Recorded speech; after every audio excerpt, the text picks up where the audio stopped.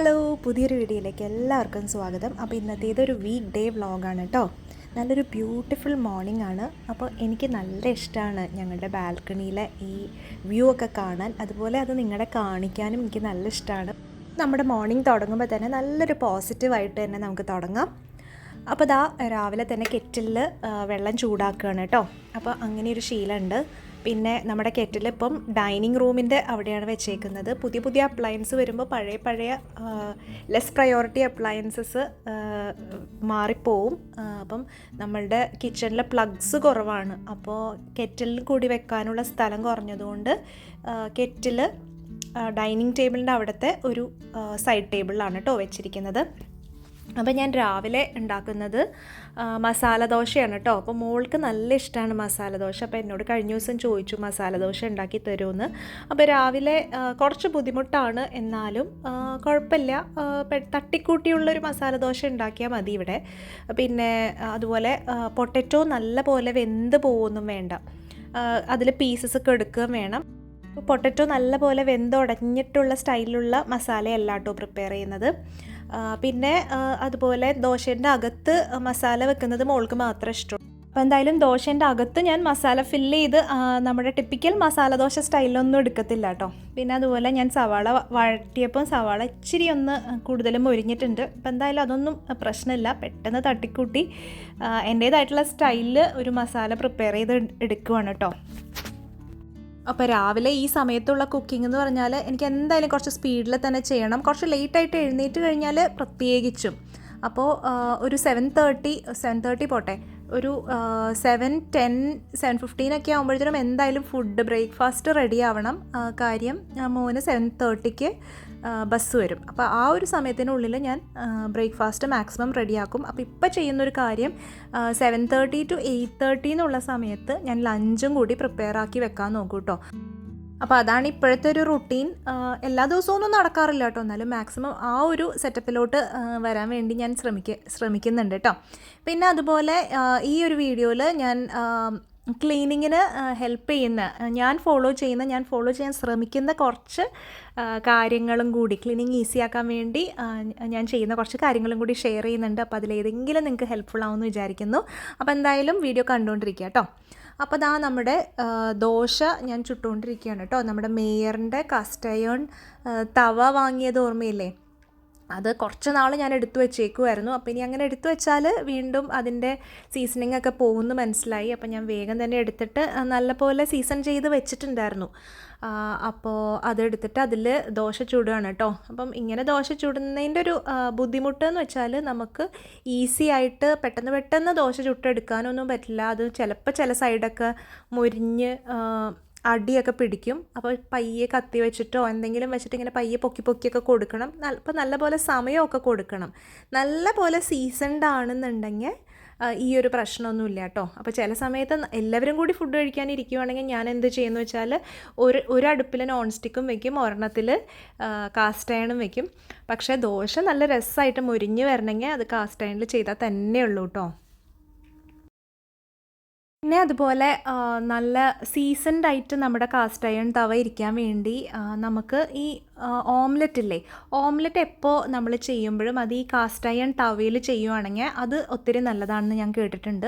പിന്നെ നമ്മൾ സാധാരണ ചെയ്യണ പോലെ തന്നെ നല്ലെണ്ണ പുരട്ടി വയ്ക്കുക. പിന്നെ അതുപോലെ ഞാൻ ഇടയ്ക്ക് വെളിച്ചെണ്ണ തന്നെയാണ് കേട്ടോ പുരട്ടി വയ്ക്കുക. കാരണം എന്ന് വെച്ചാൽ നല്ലെണ്ണയുടെ ആ ഒരു ഫ്ലേവർ ഫുഡിലേക്ക് വരുന്നത് ഇവിടെ അത്ര ഇഷ്ടപ്പെടുന്നില്ല.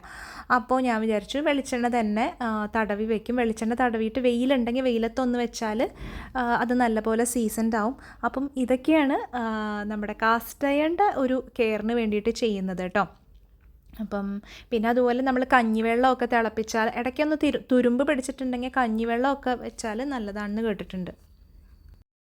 ഇതിപ്പോൾ കുട്ടികളുടെ ലഞ്ച് ബോക്സ് റെഡിയാക്കി എടുക്കുകയാണ്. അപ്പോൾ തലേദിവസം തന്നെ ഞാൻ പുലാവ് റെഡിയാക്കി വെച്ചിട്ടുണ്ടായി. പുലാവ് എന്ന് പറഞ്ഞാൽ സോനാ മസൂരി റൈസാണ് ഞാൻ കൂടുതലും യൂസ് ചെയ്യുക. അതാകുമ്പം ഒട്ടും തന്നെ കുഴഞ്ഞു പോവില്ല.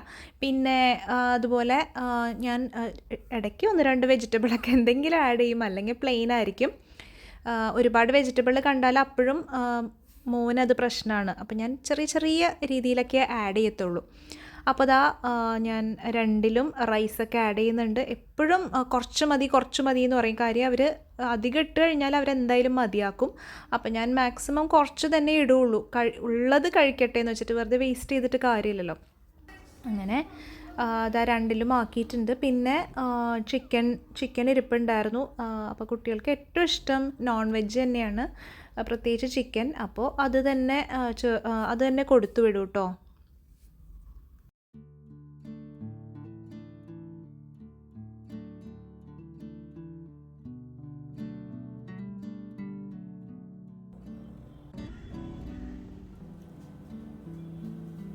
കഴിഞ്ഞ വ്ളോഗിൽ ഞാൻ വറുത്തരച്ച മട്ടൻ കറിയുടെ റെസിപ്പി കാണിച്ചില്ലേ, അപ്പോൾ അത് നല്ല ടേസ്റ്റ് ഉണ്ടായിരുന്നു. അപ്പോൾ എന്തായാലും പിന്നെയും ഒരു പ്രാവശ്യം കൂടി മട്ടൻ വാങ്ങിച്ചിട്ടുണ്ട് അത് ഫിനിഷായപ്പോൾ. അപ്പോൾ എനിക്കത് എന്തായാലും പെട്ടെന്ന് തന്നെ ഉണ്ടാക്കണം. പക്ഷേ ലഞ്ചിന് വെജിറ്റേറിയൻ കറികൾ ഓർഡർ ചെയ്യുക കേട്ടോ ചെയ്യുന്നത്. എന്നിട്ട് മട്ടൻ വൈകിട്ടത്തെ ഡിന്നറിന് എടുക്കാം, അതാണ് പ്ലാൻ. അപ്പോൾ ഞാൻ പെട്ടെന്ന് തന്നെ മട്ടൻ്റെ മസാലയും കൂടി ഒന്ന് റെഡിയാക്കി എടുക്കുകയാണ് കേട്ടോ. പിന്നെ ജസ്റ്റ് ഒരു വിസിൽ കൊടുത്തിട്ടാൽ അതവിടെ ആയിക്കോളുമല്ലോ. പിന്നെ എനിക്ക് തേങ്ങ വറുത്തരച്ച് ചേർക്കാനും ഉണ്ട്. അപ്പോൾ എന്തായാലും ബ്രേക്ക്ഫാസ്റ്റിന് മുന്നേ തന്നെ അതിൻ്റെ മസാല പ്രിപ്പറേഷനും കൂടി ആയിക്കഴിഞ്ഞാൽ ഒരുവിധം പണികളൊക്കെ തീരുമല്ലോ. പിന്നെ അതുപോലെ ഞാൻ കൺവെക്ഷൻ ഓവൻ ഇപ്പം നല്ലപോലെ യൂസ് ചെയ്യാറുണ്ട് കേട്ടോ. റീഹീറ്റ് ചെയ്യാനാണ് മെയിനായിട്ട് യൂസ് ചെയ്യുക. പിന്നെ അതുപോലെ ഡീഫ്രോസ്റ്റ് ചെയ്തു, കേക്ക് ബേക്ക് ചെയ്തു, ഗ്രില്ല് ചെയ്തു, ഇങ്ങനത്തെ കാര്യങ്ങളൊക്കെ ചെയ്യുന്നുണ്ട്. പക്ഷെ അത് കുറച്ചുകൂടി ഒന്ന് പ്രോപ്പർ ആയതിന് ശേഷം വീഡിയോയിൽ കാണിക്കാമെന്ന് വെച്ചിട്ടാണ്. അതുപോലെ എയർ ഫ്രയറും കഴിഞ്ഞ ദിവസം ഇനോഗ്രേറ്റ് ചെയ്തു. അപ്പം അത് ഞാൻ എന്തായാലും വരുന്ന വീഡിയോസിലൊക്കെ കാണിക്കാം കേട്ടോ. അപ്പോൾ രാവിലെ തന്നെ ഒരു ലോഡ് ലോണ്ട്രി എന്തായാലും ചെയ്യും. അപ്പം അത് സ്റ്റാർട്ടാക്കിയിട്ടുണ്ട്. പിന്നെ ഇതാ ബ്രേക്ക്ഫാസ്റ്റിൻ്റെ സമയമൊക്കെ ആയപ്പോഴത്തേനും മട്ടൻ്റെ മസാല റെഡി ആയിട്ടുണ്ട്. ഇനി മട്ടൻ ഒന്ന് ക്ലീൻ ചെയ്തിട്ട് ഇതിനകത്തോട്ട് ആഡ് ചെയ്താൽ ആ ഒരു കാര്യം കഴിഞ്ഞു. പിന്നെ അന്നത്തെ സ്കെഡ്യൂൾ ഓരോ കാര്യങ്ങളുടെയും സ്കെഡ്യൂൾ ഒന്ന് എഴുതി വെച്ചിരുന്നതാണ് കേട്ടോ. ചില സമയത്ത് നമുക്ക് പണിയെടുക്കാനൊരു മോട്ടിവേഷൻ ഇങ്ങനെ നമ്മുടെ ഡെയിലെ ഓരോ സമയവും സ്കെഡ്യൂൾ ചെയ്ത് വെക്കുമ്പോഴാണ്. അതല്ലെങ്കിൽ പലപ്പോഴും നമ്മളിങ്ങനെ പല അനാവശ്യ കാര്യങ്ങൾക്ക് വേണ്ടിയിട്ട് സമയം സ്പെൻഡ് ചെയ്ത് പോകുന്നതായിട്ട് എനിക്ക് ഫീൽ ചെയ്തിട്ടുണ്ട്. അപ്പോൾ ഇങ്ങനെ ഓരോ ഇമ്പോർട്ടൻ്റ് ആയിട്ടുള്ള കാര്യങ്ങൾ ഇങ്ങനെ എഴുതി വെക്കുന്നത് എനിക്ക് കുറച്ച് ഇഫക്റ്റീവായിട്ട് തോന്നിയിട്ടുണ്ട് കേട്ടോ. അപ്പോൾ ഇതാ പിക്കപ്പൊക്കെ ചെയ്തുകൊണ്ടിരിക്കുകയാണ്. അപ്പോൾ ഇതാ ഈ ഒരു ബെഡ്ഷീറ്റ് പുതിയതാണ് കേട്ടോ. എനിക്ക് നല്ല ഇഷ്ടപ്പെട്ടൊരു ബെഡ്ഷീറ്റാണ്. വെസ്റ്റ് സൈഡിൽ നിന്നാണ് വാങ്ങിച്ചത്.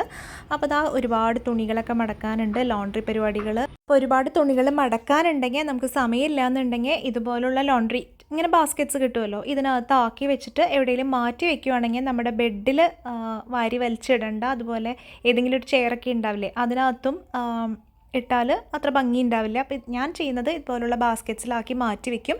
സമയമുള്ളപ്പോൾ തുണികൾ മടക്കി വയ്ക്കുക ചെയ്യാം കേട്ടോ. അപ്പോൾ മോർണിംഗിൽ ബ്രേക്ക്ഫാസ്റ്റിനൊക്കെ ശേഷം ഇവിടെ ക്ലീനിങ്ങിന് വേണ്ടിയിട്ടൊരു ചേച്ചി ഹെൽപ്പ് ചെയ്യാൻ വരാറുണ്ട്. അപ്പോൾ ആ ചേച്ചി മോപ്പിംഗ് ചെയ്തുകൊണ്ടിരിക്കുകയാണ് കേട്ടോ.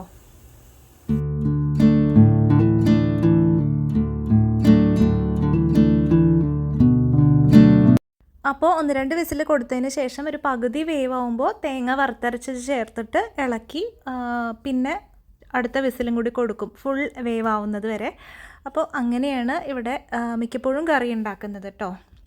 അപ്പോൾ ഇതാ നമ്മുടെ ദോശത്തവ സീസൺ ചെയ്തൊക്കെ വെച്ചിട്ടുണ്ട്. അങ്ങനെ രാവിലത്തെ കുക്കിങ്ങും പിന്നെ പെട്ടെന്നുള്ളൊരു പിക്കപ്പും കഴിഞ്ഞ് കഴിഞ്ഞാൽ പിന്നെ ഞാനൊരു കുറച്ച് നേരം ഡീപ്പ് ക്ലീനിങ് ചെയ്യാമെന്നാണ് വിചാരിക്കുന്നത്.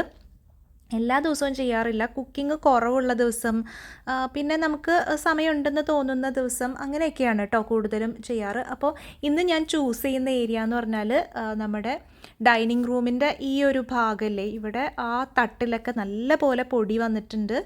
പിന്നെ അതുപോലെ അവിടെ നിൽക്കുന്ന ചെടികളും എല്ലാത്തിനും പൊടിയും എല്ലാം നല്ല ക്ലീനിങ് ആണെന്ന് എനിക്ക് തോന്നുന്നു. നമ്മൾ പെട്ടെന്നൊന്ന് തൂത്ത് പോയാലും അവിടെയൊക്കെ പ്രോപ്പറായിട്ട് ക്ലീൻ ആവുന്നില്ല. പിന്നെ അതുപോലെ ആ സൈഡ് കൗണ്ടർ ടോപ്പില്ലേ, അവിടെയും എപ്പോഴും സാധനങ്ങൾ നിറഞ്ഞിരിക്കും. അപ്പം ഞാൻ എല്ലാം ഒന്ന് മാറ്റിയിട്ട് ഒന്ന് പ്രോപ്പറായിട്ട് ക്ലീൻ ചെയ്യാമെന്നാണ് കേട്ടോ വിചാരിക്കുന്നത്. ക്ലീനിങ് എന്ന് ആലോചിക്കുമ്പോൾ തന്നെ നമുക്കൊരു ഭയങ്കര തലവേദന പിടിച്ച പരിപാടിയായിട്ടാണ് മിക്കവർക്കും ഫീൽ ചെയ്യാറ് അല്ലേ. അപ്പോൾ പക്ഷെ നമുക്കിത് ഒരു എൻജോയ് ചെയ്യുന്നൊരു പ്രോസസ്സായിട്ടും നമുക്ക് കൊണ്ടുപോകാൻ പറ്റും. അപ്പോൾ അതിന് വേണ്ടിയിട്ട് ഞാൻ എപ്പോഴും ചെയ്യാൻ ശ്രമിക്കുന്ന കുറച്ച് കാര്യങ്ങൾ നിങ്ങളായിട്ട് ഷെയർ ചെയ്യാം കേട്ടോ. അപ്പോൾ ഞാൻ ഈ അടുത്ത് ചെയ്തൊരു കാര്യം എന്ന് പറഞ്ഞാൽ ഞാനൊരു ക്ലീനിങ് ലിസ്റ്റ് ഉണ്ടാക്കുക ചെയ്തത്. എന്നെ സംബന്ധിച്ച് അത്യാവശ്യം വലിയൊരു ഫ്ലാറ്റാണ്. 3 ബെഡ്റൂംസ് ഉണ്ട്, അതുപോലെ 3 ബാൽക്കണീസ് ഉണ്ട്. അപ്പോൾ ഞാൻ ഓരോ റൂമിലും മെയിനായിട്ട് വരുന്ന ക്ലീനിങ് ജോലികൾ എന്തൊക്കെയാണെന്നുള്ളത് ഒരു ലിസ്റ്റാക്കി വെച്ചു. അതുപോലെ രാവിലത്തെ കുക്കിങ്ങിന് ശേഷം പിന്നെ ഒരു ബേസിക് ക്ലീനിങ്ങിന് ശേഷം ഡീപ്പ് ക്ലീനിങ്ങിന് ഒരു ടൈം ഫിക്സ് ചെയ്തു. അപ്പം ആ ഒരു ടൈം എന്ന് പറയുന്നത് നമുക്ക് ആ ഒരു ദിവസം എത്ര സമയം നമ്മുടെ കയ്യിലുണ്ടോ ആ ഒരു രീതിയിലാണ് കേട്ടോ ഫിക്സ് ചെയ്തേക്കുന്നത്. അതായത് എല്ലാ ദിവസവും നമുക്ക് ഇത്രയും സമയം ഡീപ്പ് ക്ലീനിങ്ങിന് ഉണ്ടാവണമെന്നില്ല. അപ്പോൾ കുക്കിംഗ് കുറച്ച് കുറവുള്ള ദിവസം, നമ്മൾ നല്ല ഹെൽത്തിയായി എനർജറ്റിക് ആയിട്ടുള്ളൊരു ദിവസം നമുക്ക് ചൂസ് ചെയ്യാം. അപ്പോൾ ഇങ്ങനെ എക്സ്ട്രാ ക്ലീനിങ് ഒക്കെ ചെയ്യുമ്പോഴത്തേനും നമ്മൾ മാക്സിമം ഒരു ടൈം ഫിക്സ് ചെയ്യുക. ഒരു 45 മിനിറ്റിനോ ഒരു മണിക്കൂറിനോ ടൈം ഫിക്സ് ചെയ്താൽ ആ ഒരു സമയം അതിൻ്റെ ഉള്ളിൽ തന്നെ തീർക്കാൻ നോക്കുക. അങ്ങനെ ചെയ്യുവാണെങ്കിൽ നമ്മുടെ ആ ഒരു ദിവസത്തെ ബാക്കി കാര്യങ്ങളിലൊന്നും ഒരു പ്രോബ്ലം വരില്ല, നമ്മൾ ഒരുപാട് അങ്ങ് ടയേർഡ് ആവുകയില്ല. അപ്പോൾ അങ്ങനെ ചെയ്യാനാണ് കേട്ടോ ഞാൻ മാക്സിമം നോക്കാറ്. പിന്നെ അതുപോലെ നമ്മൾ ക്ലീനിങ്ങിന് ഇതുപോലെ പഴയ തുണികളൊക്കെ ഉണ്ടെങ്കിൽ ഒന്ന് കട്ട് ചെയ്ത് റെഡിയാക്കി വെക്കുക. മൈക്രോ ഫൈബർ ക്ലോത്തും നമ്മൾ യൂസ് ചെയ്യും, പക്ഷേ എനിക്ക് അതിലും ഇഫക്റ്റീവായിട്ട് തോന്നിയിട്ടുള്ളത് ഡീപ്പായിട്ടുള്ള ക്ലീനിങ്ങിന് ഇതുപോലെ വേസ്റ്റായിട്ടുള്ള തുണികൾ വെച്ച് ക്ലീൻ ചെയ്ത് ആ തുണി അങ്ങ് ഡിസ്കാർഡ് ചെയ്ത് കളയുന്നത് എനിക്ക് നല്ല ഇഫക്റ്റീവായിട്ട് തോന്നിയിട്ടുണ്ട് കേട്ടോ. പിന്നെ നമ്മൾ എന്തായാലും ആ ഒരു മണിക്കൂർ ഈ ഒരു കാര്യത്തിൽ തന്നെ കോൺസെൻട്രേറ്റ് ചെയ്ത് നിൽക്കുവാണല്ലോ. അപ്പോൾ ആ ഒരു സമയം നമുക്ക് വേണമെങ്കിൽ നമുക്ക് ഇഷ്ടമുള്ള ഏതെങ്കിലും വീഡിയോസ് കാണുമോ കേൾക്കുമോ ഒക്കെ ചെയ്യാം കേട്ടോ. കുറച്ചൊരു ലെങ്തി വീഡിയോസ് ചൂസ് ചെയ്തിട്ട് അതവിടെ പ്ലേ ചെയ്തിടുവാണെങ്കിൽ നമുക്കത് കേട്ടുകൊണ്ട് റിലാക്സ് ചെയ്തുകൊണ്ട്, അതല്ലെങ്കിൽ നമുക്ക് എന്തെങ്കിലും പാട്ട് വയ്ക്കാം. അപ്പോൾ അതൊക്കെ ഒരു നല്ല കുറച്ച് എൻജോയബിൾ എക്സ്പീരിയൻസ് കിട്ടാൻ വേണ്ടിയിട്ട് ഹെൽപ്പ് ചെയ്യും കേട്ടോ. പിന്നെ നമുക്ക് കുറച്ചൊന്ന് ക്ലീനിങ്ങിന് ഒരു മോട്ടിവേഷൻ കിട്ടാൻ വേണ്ടിയിട്ട് നമ്മൾ ആദ്യമേ ഈ ക്ലീൻ ചെയ്ത് കഴിഞ്ഞ ആ ഒരു സ്പേസ് ഒന്ന് ഇമാജിൻ ചെയ്യുക. അപ്പം നമുക്കത് കഴിഞ്ഞ് കിട്ടുന്ന ആ ഒരു സാറ്റിസ്ഫാക്ഷൻ ഉണ്ടല്ലോ, അതൊന്ന് ആലോചിച്ചാൽ തന്നെ നമുക്ക് ക്ലീൻ ചെയ്യാൻ താനേ ഒരു മോട്ടിവേഷൻ കിട്ടും കേട്ടോ. പിന്നെ അതുപോലെ എപ്പോഴും ക്ലീനിങ് ഭയങ്കര മടി പിടിച്ചിരിക്കുകയാണെങ്കിൽ നമ്മളൊരു ചെറിയ ഏരിയയിൽ നിന്ന് സ്റ്റാർട്ട് ചെയ്യാം.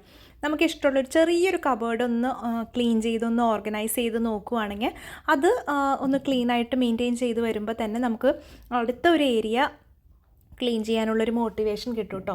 പിന്നെ എനിക്ക് പലപ്പോഴും മോട്ടിവേഷനായിട്ട് തോന്നിയിട്ടുള്ളത് ഇതുപോലെ ക്ലീനിങ് മോട്ടിവേഷണൽ വീഡിയോസ് കാണാൻ എനിക്ക് നല്ല ഇഷ്ടമാണ്. അത് കാണുമ്പോഴും നല്ല നമുക്കൊരു മോട്ടിവേഷൻ കിട്ടും. അതെല്ലാവർക്കും അങ്ങനെ തന്നെയാണോ എന്ന് എനിക്ക് അറിഞ്ഞുകൂടാ കേട്ടോ. എന്തായാലും എനിക്ക് അങ്ങനെയാണ്. അതുകൊണ്ട് തന്നെ ഞാൻ ക്ലീനിങ് മോട്ടിവേഷൻ വീഡിയോസ് കാണാൻ നല്ല ഇഷ്ടപ്പെടുന്നുണ്ട്. പിന്നെ നമുക്ക് ക്ലീനിങ് കുറച്ച് ഈസി ആക്കാനുള്ള ഏറ്റവും വലിയ വഴി എന്ന് പറഞ്ഞാൽ എല്ലാം നമ്മൾ തന്നെ ചെയ്യാതിരിക്കുക. മാക്സിമം നമുക്ക് ആരുടെയെങ്കിലും ഹെൽപ്പ് എടുക്കാൻ പറ്റുമെങ്കിൽ അത് എടുക്കുക.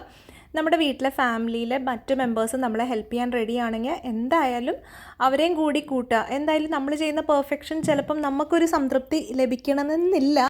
അതുപോലെ ഒരു മെയ്ഡിനെ വെക്കാൻ നമുക്ക് അഫോർഡ് ചെയ്യാൻ പറ്റുമെങ്കിൽ അങ്ങനെ ചെയ്യുക. അപ്പം ഏത് രീതിയിലാണോ നമുക്കൊരു ഹെൽപ്പ് കിട്ടുന്നത് അതെല്ലാം ആക്സെപ്റ്റ് ചെയ്യാം. പിന്നെ അതുപോലെ ക്ലീനിങ്ങിന് ഹെൽപ്പ് ചെയ്യുന്ന അപ്ലയൻസസ് ഉണ്ടല്ലോ, ഇപ്പം വാക്യൂം ക്ലീനർ ആണെങ്കിലും അതുപോലെ പല പല അപ്ലയൻസസും നമുക്ക് ഇപ്പം മാർക്കറ്റിൽ അവൈലബിൾ ആണ്. എല്ലാം ഒന്ന് വാങ്ങിച്ച് ട്രൈ ചെയ്ത് നോക്കുക. ഏതാണ് നമുക്ക് സ്യൂട്ടബിൾ എന്ന് വെച്ചാൽ അത് യൂസ് ചെയ്യാം. എൻ്റെ കേസ് പറയുകയാണെങ്കിൽ എനിക്കിവിടെ റോബോട്ടിക് വാക്യൂം ക്ലീനർ ഉണ്ട്. അതെനിക്ക് നല്ല ഹെൽപ്ഫുള്ളാണ് കേട്ടോ. സ്വീപ്പിങ്ങിന്, അതായത് പൊടി ഡസ്റ്റ് എടുക്കാൻ വേണ്ടിയിട്ട് നല്ല ഹെൽപ്ഫുള്ളാണ്. മോപ്പിങ്ങിന് എനിക്കത് അത്ര ഇഫക്റ്റീവ് അല്ല. പിന്നെ എനിക്കൊരു ഡിഷ് വാഷർ വാങ്ങണമെന്ന് നല്ല ആഗ്രഹമുണ്ട്. പക്ഷേ അവിടെ ഈ ഫ്ലാറ്റിൽ അത് സെറ്റപ്പ് ചെയ്യാൻ കുറച്ച് ബുദ്ധിമുട്ടുള്ളതുകൊണ്ടാണ് ഞാനത് വാങ്ങാതെ പെൻഡിങ് വെച്ചേക്കുന്നത്. അപ്പോൾ ഞാൻ ഉദ്ദേശിച്ചതിലും കുറച്ചധികം സമയം എടുത്ത് തന്നെ ചെയ്തു കേട്ടോ. ഏകദേശം 1:30 മണി ആവാറായിട്ടുണ്ട്. അപ്പം ഞാൻ എടുത്ത സാധനങ്ങൾ കൂടെ പൊടി എനിക്ക് കളയാനുണ്ടായിരുന്നു. പക്ഷെ അത് ചെയ്യാനുള്ളൊരു സമയം നമുക്ക് ഇപ്പോൾ ഇല്ല, ലഞ്ച് ടൈം ആയിട്ടുണ്ട്. അപ്പോൾ ഞാൻ അതുപോലുള്ളൊരു ലോണ്ട്രി ബാസ്ക്കറ്റ് ഫ്രീ ആയിട്ടുണ്ടായിരുന്നു, അതിനകത്തോട്ട് ആക്കി വെച്ചിട്ട് പിന്നെ ഒരു സമയത്ത് അതിൻ്റെ പൊടി ക്ലീൻ ചെയ്യാമെന്നാണ് കേട്ടോ വിചാരിക്കുന്നത്. കാരണം പിന്നെയും ഞാൻ ആ ക്ലീനിങ്ങിന് നിന്നാൽ നമ്മുടെ ലഞ്ച് ടൈം പ്രശ്നത്തിൽ വരും. അപ്പോൾ എന്തായാലും ആ ഒരു ഏരിയ ഒന്ന് കംപ്ലീറ്റ് മാറ്റി, ശരിക്കും പറഞ്ഞാൽ എനിക്ക് നല്ലൊരു സന്തോഷം തോന്നി കേട്ടോ. കുറച്ചൊരു മിനിമൽ ലുക്കൊക്കെ വന്നു. ഇനി അവിടെ ഐറ്റംസ് വെക്കണമെന്ന് തന്നെ എനിക്ക് ആലോചനയിൽ തോന്നി കേട്ടോ. അപ്പോൾ ഈ ഒരു ദിവസത്തെ വ്ളോഗ് നിങ്ങൾക്ക് ഇഷ്ടപ്പെട്ടു എന്ന് കരുതുന്നു. ഇഷ്ടപ്പെട്ടിട്ടുണ്ടെങ്കിൽ ലൈക്ക് ചെയ്യുക, കമൻറ്റ് ചെയ്യുക, അതുപോലെ ചാനൽ സബ്സ്ക്രൈബ് ചെയ്യുക. അപ്പോൾ പുതിയൊരു വീഡിയോ ആയിട്ട് ഉടനെ വരാം. അതുവരേക്കും ബൈ.